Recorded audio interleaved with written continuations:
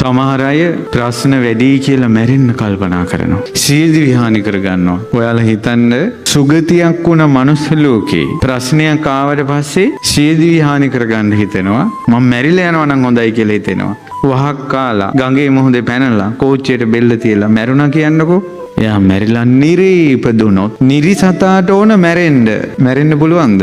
මැරුවත් මැරෙන්නේ නැහැ. මනුස්ස ලෝකේ දුර්ලභව ලැබිච්ච මනුස්ස ලෝකේ මිනිස්සෙක් විඳින විදිහට විඳින දුකවත් ඉවස ගන්න බැරිව මැරෙන මිනිස්සයා නිරේ අනන්ත දුක් විඳ මැරෙන්න කැමති මැරෙන්නේ නැහැ. ප්‍රේත ලෝකේ උපම් ප්‍රේතයා බෝතලයක් අස්සට දාලා අවුරුදු 100 ගණන් මොහොතට දානවා. බෝතලේ ඇතුලේ ඉන්නවා මැරෙන්නේ නැහැ. දුර්ලභ ලැබිච්ච මනුස්ස ජීවිතේ දවස් 7ක් විතර කන්න නැතුව හිටියම මැරෙනවා. බොන්න නැතුව හිටියම මැරෙනවා. ඔක්සිජන් නැති වුණාම මැරෙනවා. අර බෝතලේ ඇස්සේ ඉන්නවා ප්‍රේතයා. ඒ ප්‍රේතයා අවුරුදු 100 ගණන් මතක තියාගන්න. ප්‍රශ්නවලට මරණයයි විසඳුම කියලා ඔබ හිතුවොත් ඔබ විශාල ආඝාතයක වැටෙනවා. කබලෙන් ලිපට නෙවෙයි කබලෙන් ලෝදියට වැටෙනවා.